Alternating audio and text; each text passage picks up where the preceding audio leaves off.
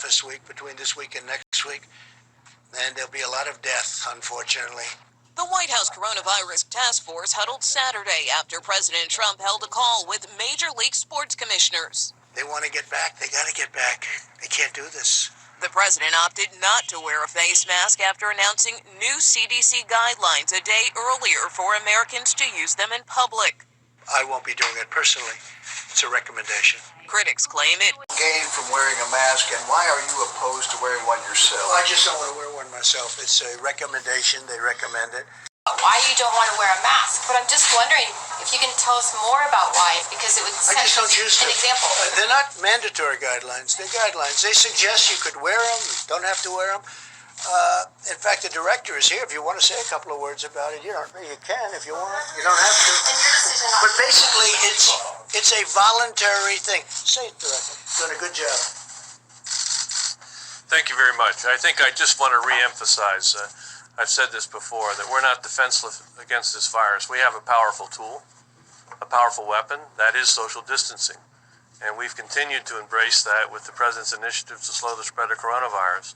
We're constantly looking at new data, and as the Surgeon General said, one of the new information that became more clear to all of us is there's a greater number of people that are asymptomatically infected than we previously thought. And as Ambassador Birch said, that may be inversely related to age. And so really the purpose here is first and foremost to embrace the social distancing. That's the number one thing. That's the powerful weapon. And this virus has a great weakness. It can't jump from one person to another if it's got to swim more than 6 feet. That when you are not able to socially distance, wear a mask, get a mask. Whether you like the mask or not, they have an impact, they'll have an effect, and we need everything we can get. To increasingly question the effectiveness of masks as a disease preventer, and in fact recently you have cited the issue of waiters touching their masks and touching plates. Are you questioning No, I think the masks efficacy are okay. of You have to masks? understand, if you look, I have a mask right here. I put a mask on it, when I think I need it. Tonight, as an example, everybody's had a test, and you've had social distancing and all of the things that you have to, but I wear masks when needed. When needed, I wear masks. Okay, let me ask. I don't wear masks like him. Every time you see him, he's got a mask. He could be speaking 200 feet away from it. He shows up with the biggest mask I've ever seen. I will say this. Vice President Biden, go ahead, sir. Well, masks make a big difference. His own head of the CDC said if we just wore masks between now, everybody wore masks and social distance between now and January, we'd probably save up to 100,000 lives.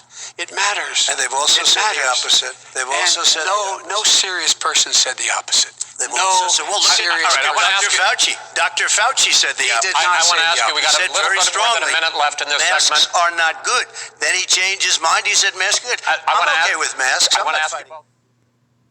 Coronavirus team are significantly ramping up the fight against the disease. Thank you very much, everyone. I am officially declaring a national emergency. Two very big words.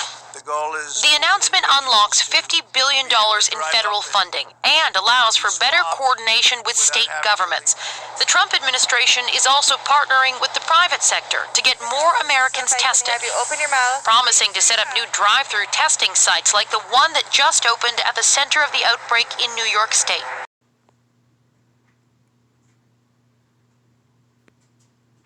That means burn your masks right now if you didn't already.